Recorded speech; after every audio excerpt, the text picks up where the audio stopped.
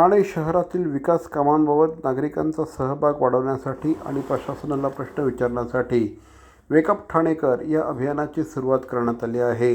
दयानंद नेने, राजेश कदम, मेघना शेट्टी, अविनाश चिटणीस आणि हिमानी वर्मा यांनी पत्रकार परिषदेत ही माहिती दिली।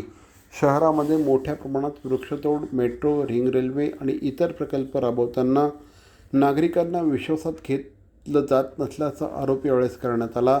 शहराच्या विकासात नागरिकांचा सहभाग असावा, जनसुनावण्या आयोजित कराव्यात आणि महत्त्वाच्या प्रकल्पांबाबत ठाणेकरांची मतं जाणून घ्यावीत अशी मागणी या वेकअप ठाणेकरच्या माध्यमातून करण्यात आला आहे। आमचं जे ॲजिटेशन आहे, आमची जी मूवमेंट आहे आत्ताची, त्यात आमची भूमिका स्पष्ट आहे की आमचा विकासाला विरोध नाही, विकास हा झालाच पाहिजे, पण तो प्लॅन्ड विकास झाला पाहिजे, अनप्लॅन्ड विकास होता कामा नये। गेल्या 25 वर्षामध्ये ठाणं जे ओबडधोबड ज्या पद्धतीने वाढलेलं आहे ते सगळं, ते जे डेव्हलपमेंट म्हणू आपण, तर ते अनप्लॅन्ड डेव्हलपमेंट आहे। कारण की बिल्डिंग्स खूप झाल्या आहेत, कॉन्क्रीटची जंगलं उभी राहिली आहेत, हिरवं जो ज्याला फॉरेस्ट म्हणतो आपण ते सगळं काय म्हणतो आपण ऱ्हास झाला आहे त्यांचा।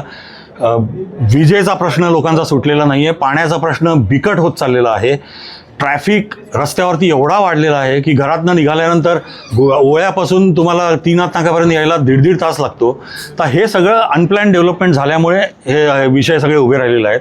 तर आम्ही लोकांना ह्याचसाठी जागृत करायला आलो की ही तुझ्या दैनंदिन आयुष्यात ज्या घडामोडी घडणार आहेत आणि ज्याचा तुला त्रास होणार आहे त्या व्यासपीठाला एक हक्काचा आवाज देण्यासाठी हे व्यासपीठ उभं आहे। तुमच्या समस्यासाठी भांडणारं हे व्यासपीठ उभं आहे। तर तुम्ही या जॉईन करा आणि आम्ही तुम्हाला सांगतो तथ्य आधारित माहिती घेऊन आणि अभ्यासपूर्वक विरोध करणार आहोत।